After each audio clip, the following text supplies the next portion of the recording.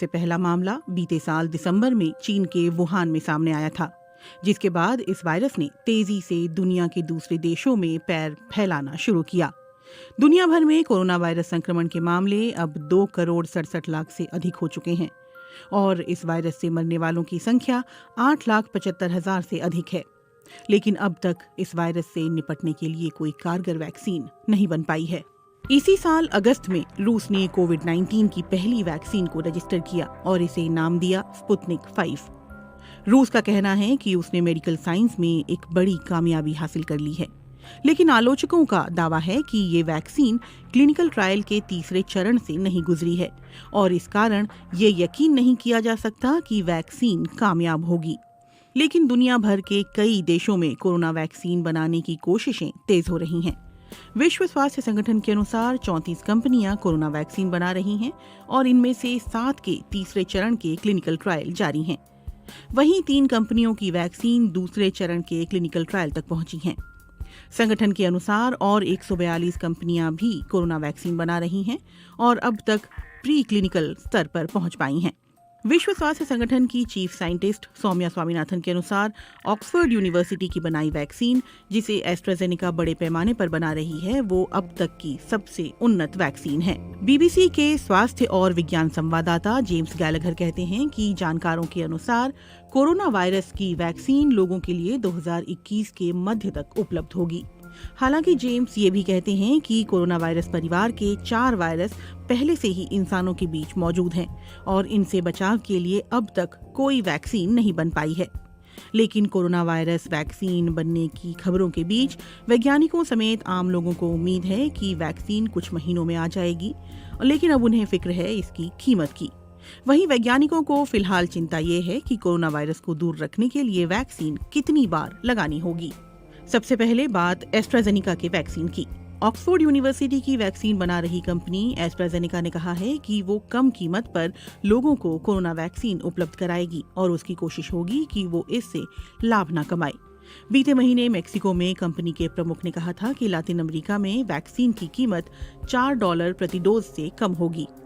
भारत में इस वैक्सीन को बड़े पैमाने पर बना रहे सीरम इंस्टीट्यूट ने कहा है कि भारत और विकासशील देशों के लिए इस वैक्सीन की कीमत $3 यानी 220 रुपए के करीब होगी।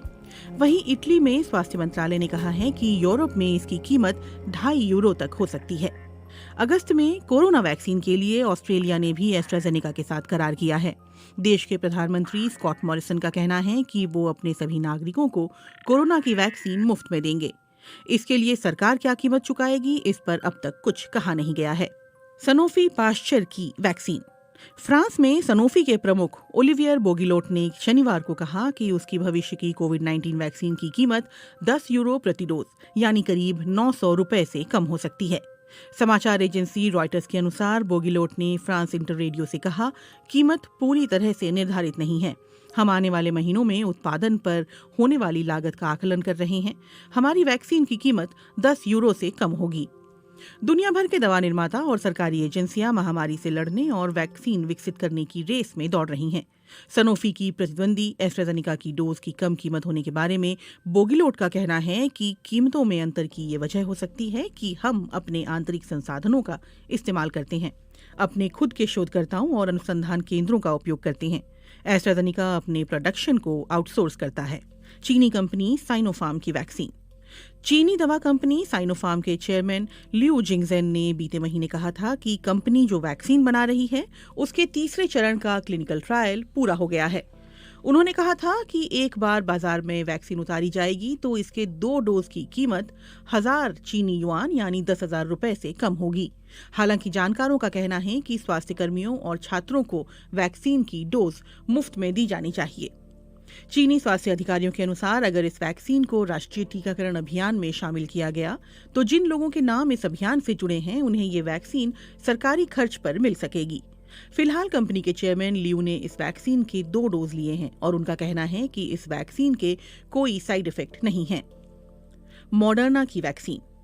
अगस्त में मॉडर्ना ने कहा था कि कोरोना महामारी के मद्देनजर कुछ उपभोक्ताओं को वो वैक्सीन 33 से 47 यानी लगभग ₹2,500 तक की कम कीमत में उपलब्ध कराएगी। कैम्ब्रिज में मौजूद इस कंपनी के मुख्य कार्यकारी अधिकारी स्टीफन बांसेल ने कहा था कि महामारी के दौरान वैक्सीन की कीमत जितनी हो सके उतनी कम रखी जाएगी। उन्होंने कहा था, कंपनी मानती है कि महामारी के मुश्किल दौर में सभी को वैक्सीन मिलनी चाहिए और इसके लिए कीमत आड़े नहीं आनी चाहिए। फाइजर की वैक्सीन। इस साल जुलाई में अमेरिकी सरकार ने कोरोना वैक्सीन के लिए फाइजर और बायोएनटेक कंपनी के साथ करीब $2 अरब का करार किया था। फायर्स फार्मा में प्रकाशित एक खबर के अनुसार एसवीबी लीरिंग के विश्लेषक जॉफ्री पॉर्जेस के मुताबिक फाइजर और बायोएनटेक का कहना था कि वो अपनी mRNA आधारित कोरोना वैक्सीन अमेरिकी सरकार को $19.5 प्रति डोज यानी 1500 रुपए के हिसाब से बेचने वाले हैं, जिसमें उन्हें 60 से 80% तक का लाभ हो सकता है।